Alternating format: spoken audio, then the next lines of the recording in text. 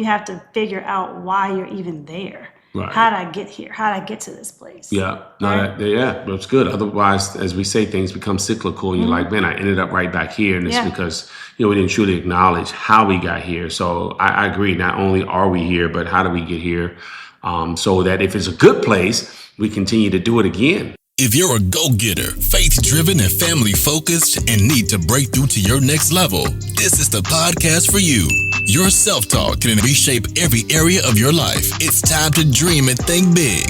Welcome to the Self-Talk Experience with Darnell and Tracy Self. It's time to elevate, baby. Let's get into the show. Hey, what's up, Self-Talk Experience? This is Darnell Self and my beautiful wife, Tracy Self, my co-host. Welcome to another episode of the Self-Talk Experience, where we firmly believe that the things we say to ourselves about ourselves eventually determine what we attract for ourselves. Absolutely. Yeah. I agree with you. Yeah, 100,000%.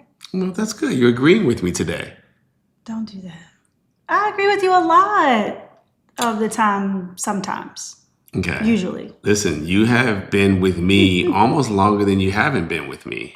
Is that true? It is, because we're getting ready to have our 31st anniversary.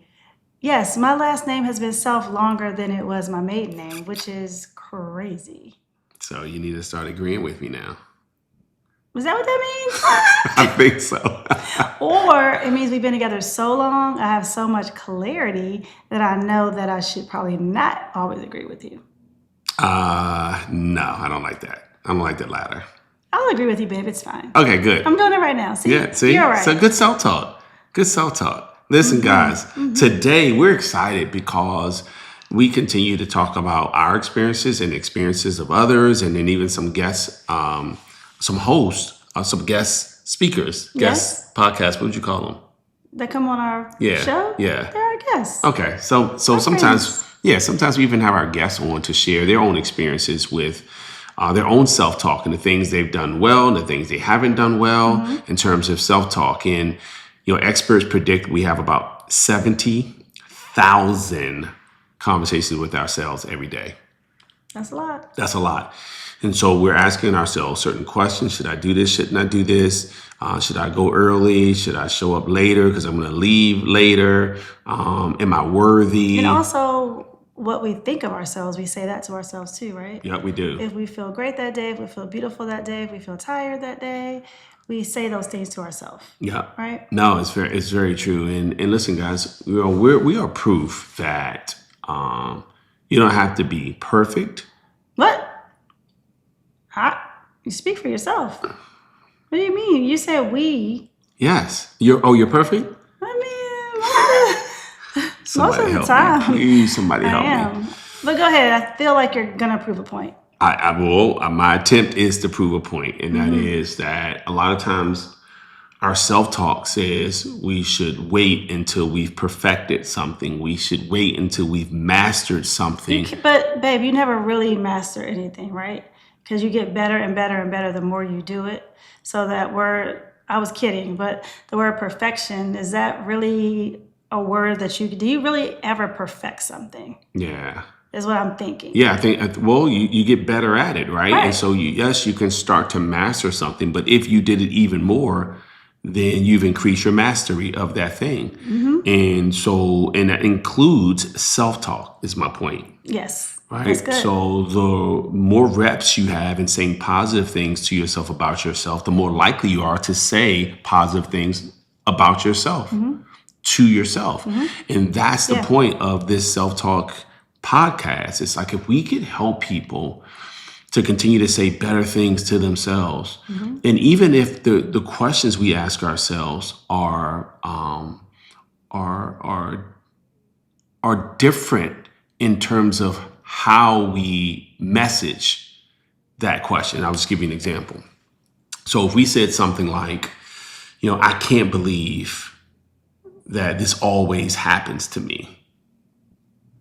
And then we change that.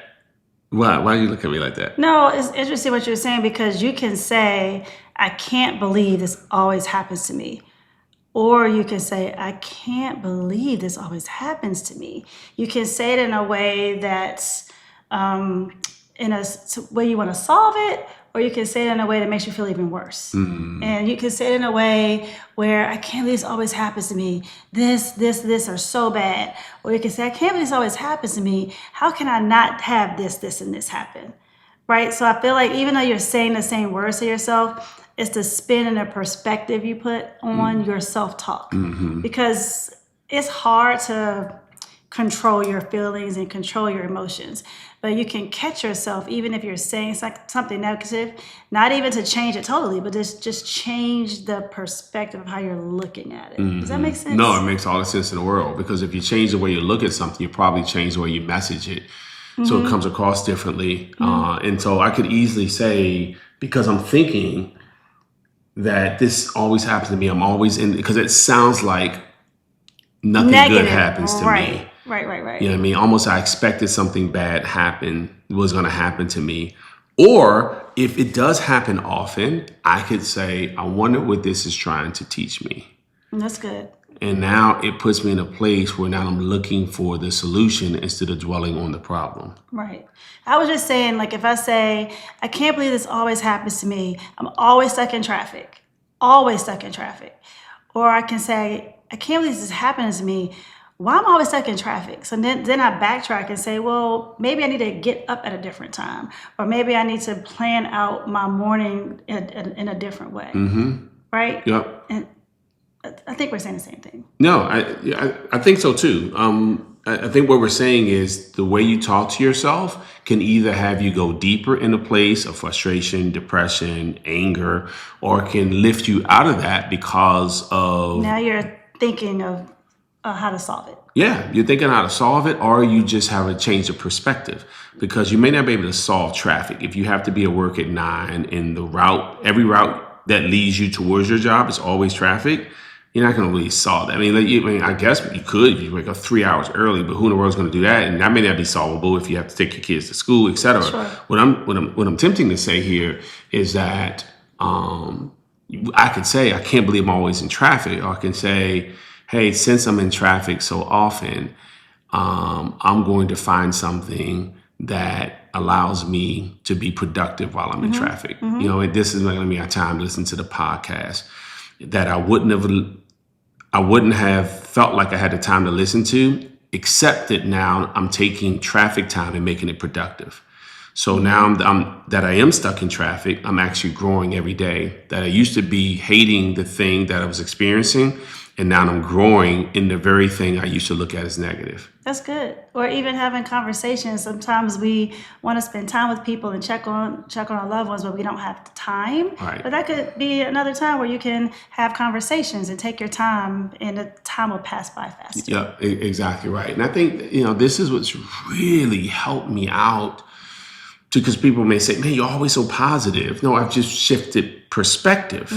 And so things still happen, but the way I look at it causes me to see the bright side, the cup as half full instead of the cup as half empty, because there's a choice there. And so I'm choosing to ask myself different questions. And this is really what this episode is all about is, can you shift the way you position the questions we ask ourselves, like, man, I just can't lose weight no matter what.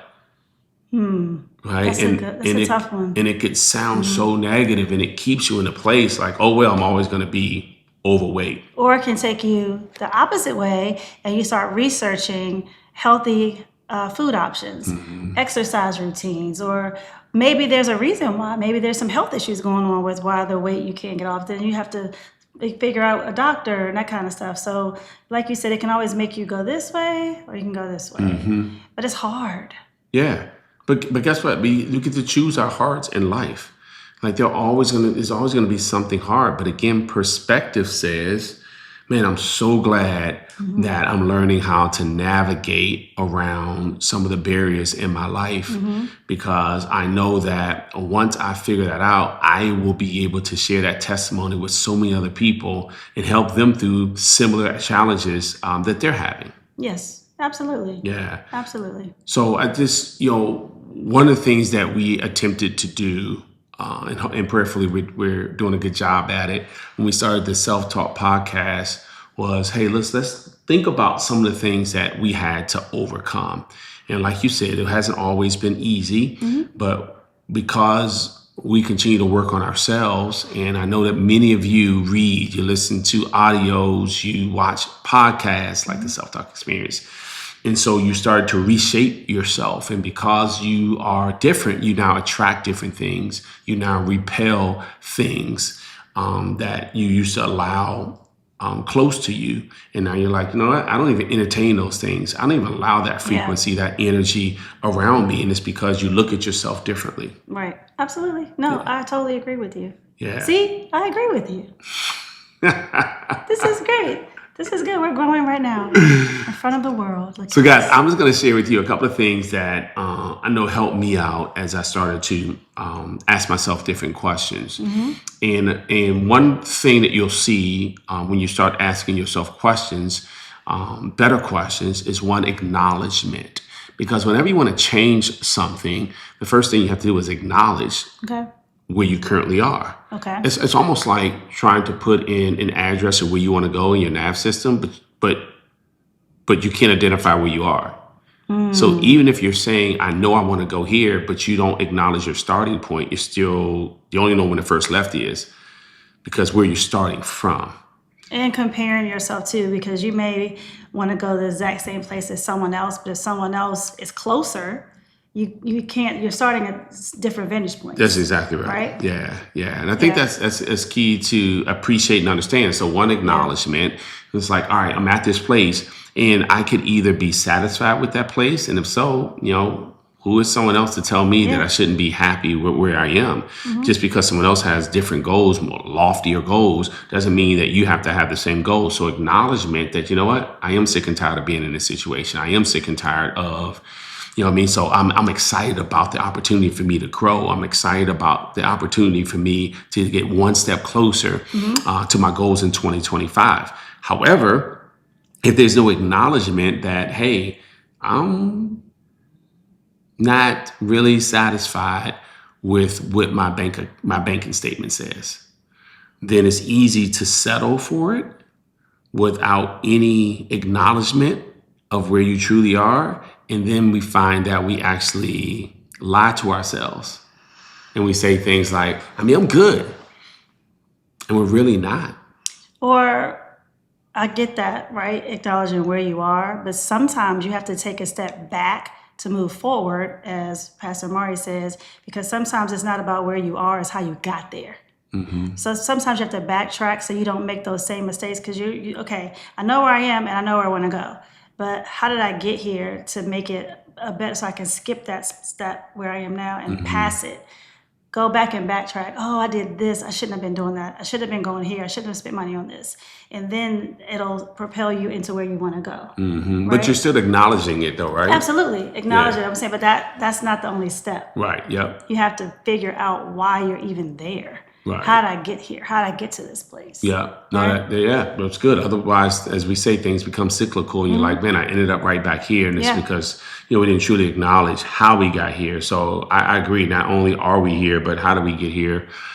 So that if it's a good place, we continue to do it again. Perhaps it's something that can duplicate. If it's a bad thing, then perhaps we'd stop doing that thing. So acknowledgement would be key in figuring out, how it is you got to that particular place. The other thing that I think is going to be important, and in fact, I know it's important, and you'll agree with this, whether it's your first time watching the Self-Talk Experience, if you watch all the episodes, you already know that repetition is key. So one of the things that, it's cool about habits is that what you do daily ends up what you become permanently.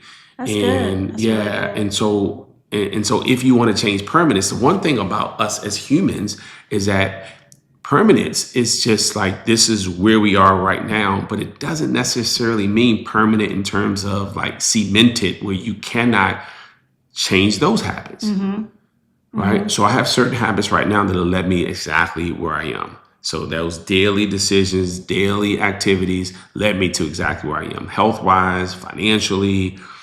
And so, but it doesn't mean that I can't make an adjustment from here and slowly change that. That's good. Does that make sense? Absolutely. So repetition is going to be key. And then when you get to that place, you may have to adjust, which you do repeatedly again for that next level. And that's what's happening for us right now. So what's happening for us right now is we just reset goals. And so we're halfway through the year. And so that means that we had a discussion yesterday that we got to look at things differently. If we look at things the same, we get the same results. So that means now I have to have different self-talk. Now I have to create different habits, different disciplines in order to attract different results. Yep.